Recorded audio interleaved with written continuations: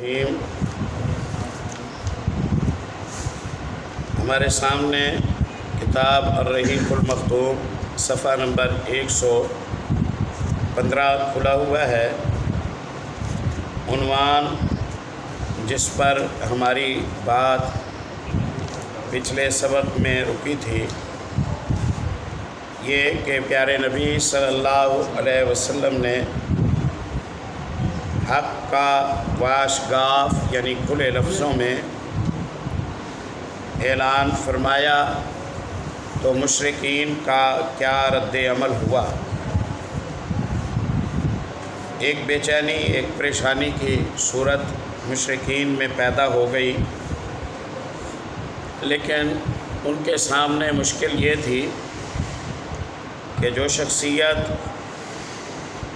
اللہ کی وحدانیت کی دعوت دے رہی تھی اس شخصیت میں تلاش کرنے سے بھی کوئی لغزش، کوئی خطا، کوئی جھول، کوئی غفلت نظر نہیں آ رہا تھا۔ تو اب بھلا کہیں تو کیا کہیں کہ کیوں نہ محمد صلی اللہ علیہ وسلم کی بات سنوں۔ انگلی نہیں اٹھ سکتی۔ داعیانہ کردار کا یہاں سبق ہے۔ مصنف کہتے ہیں اس حوالے سے بے چین اور پریشان تھے کہ آگے حج کے ایام آ رہے ہیں، حاجیوں کے قافلے آئیں گے، ان تک محمد الرسول اللہ صلی اللہ علیہ وسلم کی دعوت کی رسائی ہو جائے گی۔ اب ایسے میں ان کی دعوت کا سلسلہ مکے سے باہر تک پہنچے گا، کوئی ایسی صورت نکالو مکے میں ہی اس دعوت کے سلسلے کو روکو، لوگوں کو آگاہ کرو، لوگوں کو ڈراؤ، لوگوں کو کے اعتماد کو متاثر کرو، لیکن کیسے؟ مصنف کہتے ہیں کافی غور و خوض کے بعد ایک راستہ سمجھ آیا کہ آپ کے چچا ابو طالب کے پاس جائیں اور مطالبہ کریں کہ وہ آپ کو آپ کے کام سے روک دیں۔ پھر انہوں نے اس مطالبے کو حقیقت و واقعیت کا جامع پہنانے کے لیے یہ دلیل تیار کی کہ ان کے معبودوں کو چھوڑنے کی دعوت دینا اور کہنا کہ ان کے معبود نفع و نقصان پہنچانے کی طاقت نہیں رکھتے، دراصل ان کے معبودوں کی سخت توہین ہے۔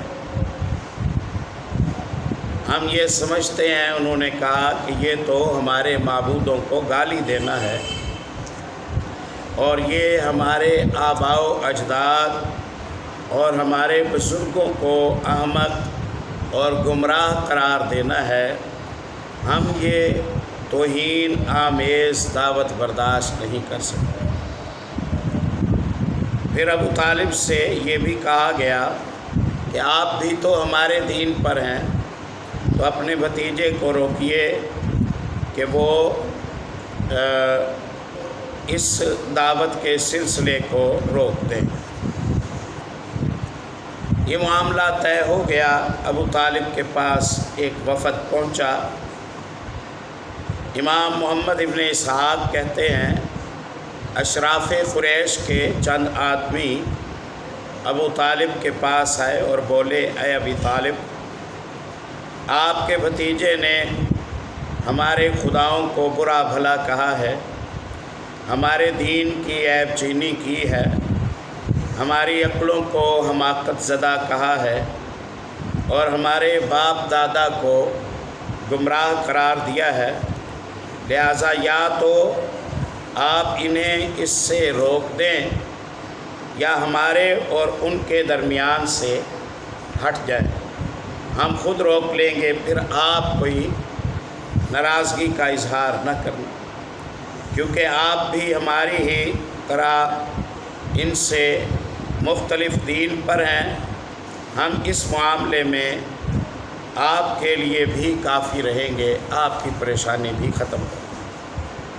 دھمکی کی دھمکی تھی، نرم بات کی نرم بات تھی۔ اس جواب میں ابو طالب نے نرم بات کی رازدارانہ لب و لہجہ اختیار کیا، یعنی بہلا پھسلا کر ٹھنڈی میٹھی باتیں کر کے روانہ کر دیا، اور پیارے نبی صلی اللہ علیہ وسلم اپنے اسی طریقے پر رواں دوا رہے اور اللہ کے دین کی اعلانیہ تبلیغ میں مصروف کار رہے۔ ان دنوں قریش کے سامنے ایک اور مشکل یہ تھی کہ ابھی کھلم کھلا اعلانیہ دعوت دیتے چند مہینے ہی گزرے تھے کہ حج کا موسم آ گیا۔ قریش کو معلوم تھا کہ عرب کے وفود کی آمد شروع ہوگی، اس لیے وہ ضروری سمجھتے تھے کہ نبی صلی اللہ علیہ وسلم کے حوالے سے کوئی ایسی بات کہیں جس کی وجہ سے اہل عرب کے دلوں پر آپ کی تبلیغ کا اثر نہ ہو۔ چنانچہ وہ اس پر گفت و شنید کے لیے ولید ابن مغیرہ کے پاس گئے۔ ولید یہ خالد ابن ولید رضی اللہ تعالیٰ عنہ کے والد ہیں، جنگ بدر کے اولین مقتولوں میں سے ہیں۔ اسلام قبول نہ کیا انہوں نے، دانا انسان تھے، ان کا مشورہ قوم نے نہ مانا اور خود ان کے لیے بھی ہلاکت کا سبب ہوا۔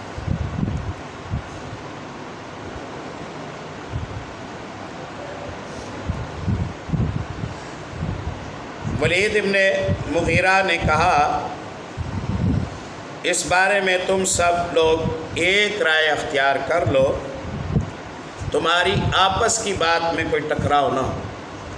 محمد صلی اللہ علیہ وسلم کے بارے میں جو بھی حاجیوں کے کان بھرنے ہیں، تمہاری ایک بات ہونی چاہیے۔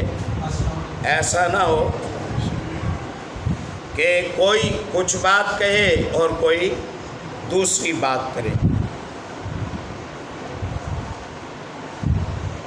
انہوں نے کہا ٹھیک ہے، بیٹھ کر طے کر لیتے ہیں کہ محمد صلی اللہ علیہ وسلم پر کیا بات کرنی ہے۔ ولید نے کہا کہ تم کہو، میں تمہاری بات کو سنتا ہوں اور پھر میں اپنی رائے دوں گا۔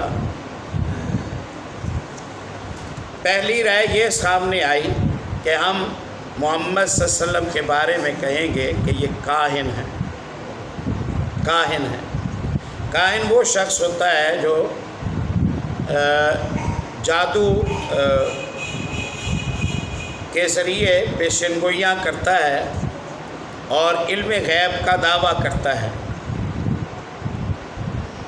ولید نے کہا کہ نہیں، میرا مشورہ یہ ہے کہ کاہن نہ کہو، کیونکہ محمد صلی اللہ علیہ وسلم میں کاہنوں جیسی بن بناہٹ اور بے تکی قافیہ گوئی آپ صلی اللہ علیہ وسلم میں نہیں ہے۔ جب تم انہیں کاہن کہو گے تو سیانے تمہیں بے سمجھ کہیں گے، وہ کہیں گے ایک باشعور انسان کے بارے میں تمہاری یہ بات ٹھیک نہیں ہے۔ اس پر انہوں نے کہا چلیں پھر ہم دوسرے آپشن میں ہم یہ کہتے ہیں کہ یہ مجنون ہے، نعوذ باللہ من ذالک، ذہنی توازن کھو بیٹھے ہیں۔ اس پر ولید ابن مغیرہ نے کہا کہ تم انہیں پاگل کہو گے تو لوگ تمہاری اس بات پر بھی یقین نہیں کریں گے۔ دیوانوں جیسا دم گھٹنا، الٹی سیدھی حرکات کرنا، بہکی بہکی باتیں کرنا، یہ علامتیں محمد رسول اللہ میں نہیں ہیں۔ کوئی اور بات سوچو۔ انہوں نے کہا ہم کہیں گے کہ یہ شاعر ہے، ہم کہیں گے کہ یہ شاعر ہے۔ ولید نے کہا کہ شاعر بھی نہ کہو، یہ شاعر نہیں ہے۔ وہ کہتے ہیں ہم نے اشعار کی ساری اقسام دیکھی پڑھی ہوئی ہیں، رجز، ہجز، قریز یا قریز، مقبوس، مبسوط، یہ انواع سکن ہیں، بات کرنے کے طریقے ہیں جو شعراء استعمال کرتے ہیں۔ ایسا کوئی انداز محمد نہیں اپناتے صلی اللہ علیہ وسلم، تو شاعر بھی کہنا مناسب نہیں ہے، ورنہ شعور مند لوگ تمہارے اس دعوے کو بھی غلط سمجھیں گے۔ لوگوں نے کہا اچھا پھر ہم انہیں جادوگر کہیں گے، اعوذ باللہ من ذالک۔ ولید نے کہا یہ شخص جادوگر بھی نہیں ہے، ہم نے جادوگر اور ان کا جادو دیکھا ہے، یہ شخص نہ ان کی طرح جھاڑ پھونک کرتا ہے نہ گرہ لگاتا ہے۔ لوگوں نے کہا تو ہم کیا کہیں، آپ ہی بتائیں، کوئی ایسا اعتراض بتائیں کہ جو ہم کریں اور لوگ سن لیں۔ ولید نے کہا خدا کی قسم ان کی بات شیریں ہے، ان کی جڑ پائیدار ہے، ان کی شاخ پھلدار ہے، تم جو بات بھی کہو گے لوگ اسے باطل سمجھیں گے، البتہ ان کے بارے میں سب سے مناسب بات یہ کہہ سکتے ہو کہ یہ جادوگر ہے۔ انہوں نے ایسا کلام پیش کیا ہے جو جادو ہے، اس کلام کو سن کر باپ بیٹے سے جدا ہو جاتا ہے، بیٹا باپ سے جدا ہو جاتا ہے، بھائی بھائی سے جدا ہو جاتا ہے، شوہر بیوی کے دین پر نہیں رہتا، بیوی شوہر کے دین پر نہیں رہتی، کنبوں میں پھوٹ پڑ جاتی ہے، یہ کہہ دو۔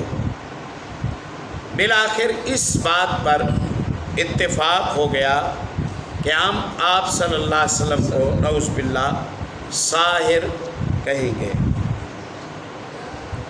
بعض روایات میں یہ تفصیل بھی مذکور ہے کہ جب ولید نے لوگوں کی ساری تجویزیں رد کر دی تو لوگوں نے کہا پھر آپ ہی سوچیں کہ کون سی بے داغ رہ ہے جو آپ کے ذہن میں ہے۔ تو اس نے ذرا سوچنے کا ٹائم مانگا، سوچتا رہا، ٹہلتا رہا، بالآخر اس نے آ کر یہ رائے دی۔ قربان جائے محمد الرسول اللہ صلی اللہ علیہ وسلم کی عظمت پر، آپ صلی اللہ علیہ وسلم پر اعتراض کرنے کے لیے ان کے پاس کوئی وجہ نہیں ہے۔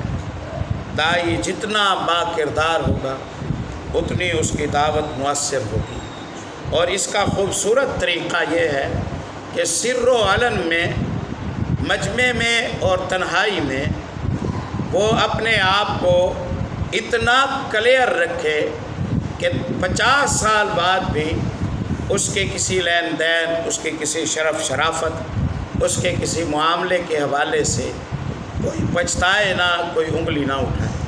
اپنے ہر قدم کے اٹھانے سے پہلے وہ یہ سوچ لے کہ میں قوم کا معلم ہوں، میں قوم کا استاد ہوں، میں نے آگے جا کے نصیحت بھی کرنی ہے۔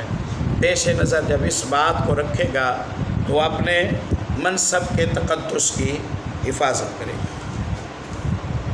ولید ابن مغیرہ کے اس فیصلے پر سورۃ مدثر کی 16 آیات اللہ رب العزت نے نازل فرمائی، جس میں اس کی سوچوں کا نقشہ کھینچا۔ انہ فکر وقدر فقتل کیف قدر ثم قتل کیف قدر ثم نظر ثم عبس وبصر ثم ادبر واستکبر فقال ان ھذا الا سحر یؤثر ان ھذا الا قول البشر۔ مترجم نے ترجمہ کیا ہے، اس نے سوچا اور اندازہ لگایا، وہ ہلاک ہوا، اس نے کتنا ہی برا اندازہ لگایا، پھر وہ غارت ہوا، اس نے کیسا اندازہ لگایا، پھر نظر دوڑائی، پھر پیشانی کو سکیڑا، پھر منہ کو بسورا یعنی منہ بنایا، پھر پلٹا، پھر تکبر کیا، آخر کہا یہ نرالا جادو ہے جو پہلے سے نقل ہوتا آ رہا ہے، ہاں بلکہ یہ تو محض ایک انسان کا کلام ہے، یہ اس نے کہا۔ آگے کیسے ہے جی حافظ صاحب؟ سأصلیہ سقر، میں اسے جہنم رسید کروں گا۔ وما ادراک ما سقر، تمہیں کیا معلوم کہ یہ سقر کیا ہے؟ لا تبقی ولا تذر، نہ باقی رکھے گی نہ چھوڑے گی۔ لواحۃ للبشر، جلد کو بھسم کر کے رکھ دے گی۔ علیہا 19، اس پر 19 داروغ نگران مضبوط فرشتے چوکیدار ہیں، باہر نکلنے کی کوئی جرت نہیں کر سکے گا۔ آگے جی آگے بات دوسری۔ تو اللہ رب العزت نے محمد گرامی صلی اللہ علیہ وسلم پر بات کرنے والے کی زبان پر 16 آیات نازل کر کے اس کی مذمت کر کے اللہ نے اسے دھمکایا، اسے ڈرایا۔ یہ انداز محبت عجیب ہے۔ سارا الزام تو محمد گرامی پر آیا تھا صلی اللہ علیہ وسلم، اور مدعیانہ لب و لہجے سے ناراضگی اور جھگڑے اور سزا و انتقام کی وعیدیں اللہ دے رہا ہے۔ یہ پیارے نبی صلی اللہ علیہ وسلم کے ساتھ اللہ رب العزت کی محبت ہے۔ ابو لہب نے کہا تبا لکا اما دعوتنا الا لہذا، آپ کے ہاتھ آپ ہلاک ہو جائیں۔ اللہ نے کہا تبت یدا ابی لہب وتب، بھلا کس ہاتھ کی جرت ہے کہ وہ محمد الرسول اللہ صلی اللہ علیہ وسلم کی طرف بڑھے؟ جو ہاتھ بڑھے گا ہم ہاتھ بھی توڑ دیں گے، ہم اسے بھی برباد کر دیں گے، ہم اس کے گھرانے کو بھی برباد کر دیں گے۔ تمہاری جرت کیسے ہوئی؟ تم نے محمد گرامی صلی اللہ علیہ وسلم کے بارے میں یہ بات کہی۔ تو اللہ کی محبت ہے، پیارے نبی صلی اللہ علیہ وسلم کی شان ہے۔ بہرحال یہ قرارداد طے پا چکی، تو اسے جامع عمل پہنانے کے لیے کارروائی شروع ہوئی۔ ٹیمیں بانٹ دی گئیں، ڈیوٹیاں لگا دی گئیں، سرحدی علاقوں پر لوگوں کو پھیلا دیا گیا، حاجیوں میں تبلیغ کے سلسلے کو جاری کر دیا گیا۔ سچ فرمایا اللہ رب العزت نے وَمَكَرُوا وَمَكَرَ اللَّهُ وَاللَّهُ خَيْرُ الْمَاكِرِينَ۔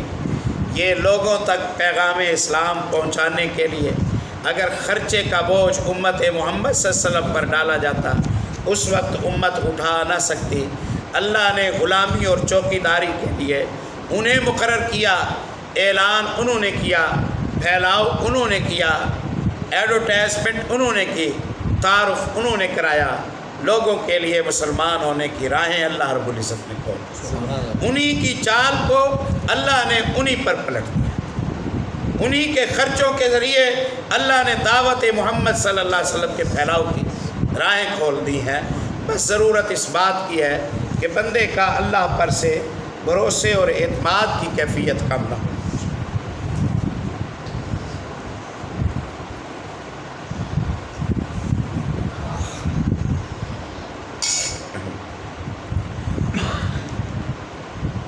سورۃ مدثر کی ان آیات کو بعد میں پڑھیے، 11 نمبر آیت سے لے کر 16-17 نمبر آیت تک، بلکہ آخر تک۔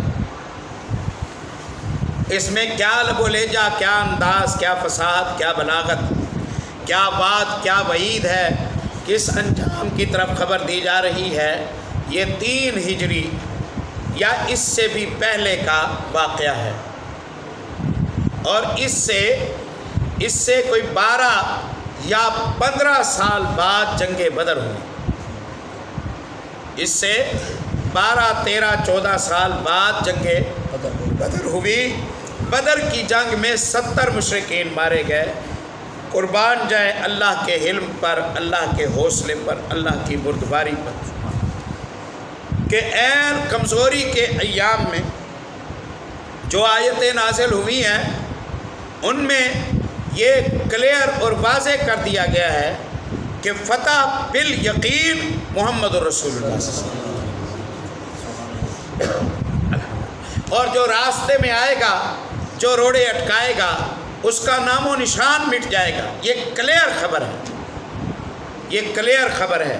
انہ فکر وقدر فقتل کیف قدر ثم قتل کیف قدر ثم نظر ثم عبس وبصر ثم ادبر واستکبر فقال ان ھذا الا سحر یؤثر۔ ہم نے بیان نقل کر لیے ہیں، ہم نے بات ریکارڈ کر لی ہے، ہم نے تیرے دعوے سن لیے ہیں، اب نبھانا اسے۔ تو کس لب و لہجے سے یہ بات کرتا ہے؟ تیرا ایک ایک جملہ ہم نے نوٹ کر لیا ہے، اس کا حساب دینا ہوگا، ہم حساب لیں گے اس کا۔ اس لب و لہجے سے بات ہے، اس لب و لہجے سے بات ہے عین ان ایام میں کہ جب محمد رسول اللہ صلی اللہ علیہ وسلم سے مصافحہ کرنا بھی اپنی جان پر کھیلنا تھا۔ اللہ اکبر۔ اس لیے قرآن پاک کا صحیح مفہوم جاننے کے لیے ہمیں سیرت نبی صلی اللہ علیہ وسلم سے آگاہی ہے نا، جو وہ اصل معانی کو اجاگر کر دیتی ہے۔ سبحان اللہ۔ کچھ کفار عازمین حج کے راستوں پر بیٹھ گئے اور وہاں سے ہر گزرنے والے کو آپ کے خطرے سے آگاہ کرتے، آپ کے متعلق تفصیلات بتاتے، آپ کے متعلق تفصیلات بتاتے۔ انسانی فطرت ہے، جس کام سے اسے روکو اس میں دلچسپی زیادہ ہوتی ہے، اس میں تجسس زیادہ ہوتا ہے، اس سے متعلق آگاہی کی خواہش زیادہ ہوتی ہے، جس سے روکو اس کی طرف توجہ زیادہ ہوتی ہے۔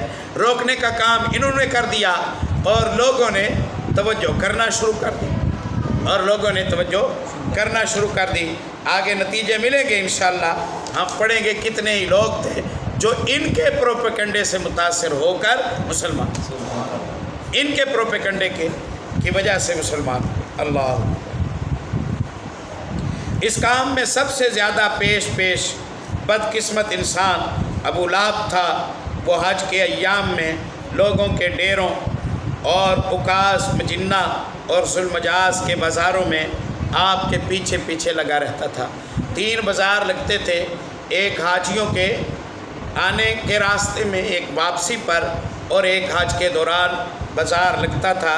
ان بازاروں میں لوگ جمع ہوتے تھے، سال بھر کی خریداریاں ہوتی تھیں، شعر و شاعری کے مقابلے ہوتے تھے، خطباء کی باتیں ہوتی تھیں، قبیلوں اور حسب و نسب اور اپنے بزرگوں پر فخر کے کلام پیش کیے جاتے تھے۔ تو ان بازاروں میں مجمع کی موجودگی سے فائدہ اٹھاتے ہوئے محمد الرسول اللہ صلی اللہ علیہ وسلم جا کر لوگوں کو تبلیغ کرتے تھے۔ یہ شخص پیچھے پیچھے لگا رہتا اور لوگوں کو آپ کے دین سے دور رکھنے کے لیے مختلف الزام لگاتا، نعوذ باللہ کہتا کہ آپ جھوٹے ہیں، بد دین ہیں، وغیرہ وغیرہ۔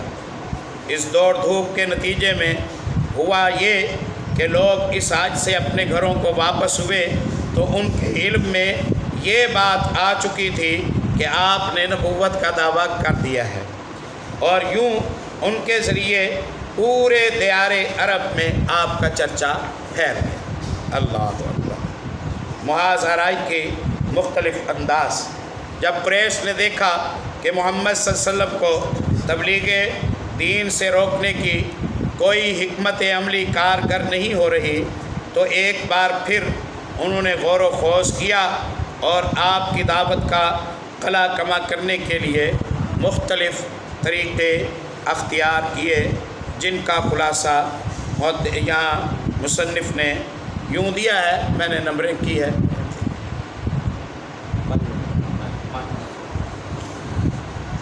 مذاق اڑانا، تحقیر کرنا، استہزاء کرنا، جھٹلانا، تاکہ مسلمانوں کے دل ٹوٹ جائیں، حوصلے کمزور پڑ جائیں، اور مختلف بیہودہ تہمتیں لگا کر، گالی گلوچ کر کے، آوازیں کس کے امت محمد صلی اللہ علیہ وسلم کے متعلق پریشانی کی راہیں پیدا کرنے کا پہلا طریقہ انہوں نے اپنایا۔ اللہ رب العزت نے اس کا ذکر فرمایا ہے، وَقَالُوا يَا أَيُّهَا الَّذِي نُزِّلَ عَلَيْهِ الذِّكْرُ إِنَّكَ لَمَجْنُونَ، آ کر محمد گرامی صلی اللہ علیہ وسلم کی توہین کرتے ہوئے کہتے ہیں، او وہ صاحب جن پر اللہ نے وحی نازل کی ہے نا، ہمیں لگتا ہے آپ کے نعوذ باللہ ذہنی توازن میں کوئی خلل آ گیا ہے، نعوذ باللہ نعوذ باللہ۔ کبھی آپ صلی اللہ علیہ وسلم کے متعلق کہتے، واجبوا ان جاءہم منذر منہم، انہیں اس بات کی حیرت ہے کہ ان میں ڈرانے والا انہی میں سے کیوں آ گیا ہے۔ وقال الکافرون ھذا ساحر کذاب، اور کفار نے کہہ دیا کہ یہ تو محمد صلی اللہ علیہ وسلم نعوذ باللہ ساحر ہیں، جادوگر ہیں، کذاب ہیں، جھوٹے ہیں، نعوذ باللہ۔ آپ صلی اللہ علیہ وسلم کے آگے پیچھے منتقمانہ نگاہوں سے بھڑکتے ہوئے جذبات کے ساتھ چلتے، اللہ نے ذکر فرمایا وَإِن يَكَادُ الَّذِينَ كَفَرُوا لَيُزْلِقُونَكَ بِأَبْصَارِهِمْ، آنکھوں میں آپ کی جان لینے کی فکر کرتے ہیں، آپ کو پھسلا دینے، ڈگمگا دینے کی کوشش میں لگے ہوئے ہیں۔ لَمَّا سَمِعُوا الذِّكْرَ، جب یہ ذکر کو سنتے ہیں، وَيَقُولُونَ إِنَّهُ لَمَجْنُونٌ، اور کہتے ہیں کہ محمد صلی اللہ علیہ وسلم نعوذ باللہ دیوانے ہیں۔ کبھی کہتے هؤلاء من اللہ علیہم من بیننا، کیا اللہ کو یہی ملے تھے جن پر اللہ نے نبوت کا اور اسلام کا احسان کرنا تھا، چناؤ اللہ نے کیسا کیا، نعوذ باللہ۔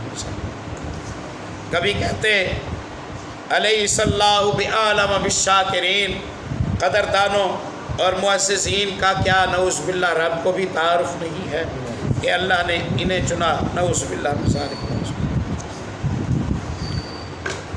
عام طور پر مشرکین کی کیفیت وہی تھی جس کا نقشہ مصنف کہتے ہیں قرآن پاک کی اس آیت میں ہے، ان الذین اجرموا کانوا من الذین آمنوا یضحکون، مجرم ایمانداروں پر ہنسا کرتے تھے، وَإِذَا مَرُّوا بِهِمْ یتغامزون، پاس سے گزرتے تو چٹکیاں کاٹتے، سیٹیاں بجاتے، تالیاں بجاتے، ساتھ والے کا ہاتھ دبا کر چٹکی کاٹ کر اسے توجہ کرانا، آنکھ مارنا، تکلیف دینا، اس طرح کے انداز سے اذیت دیا کرتے تھے۔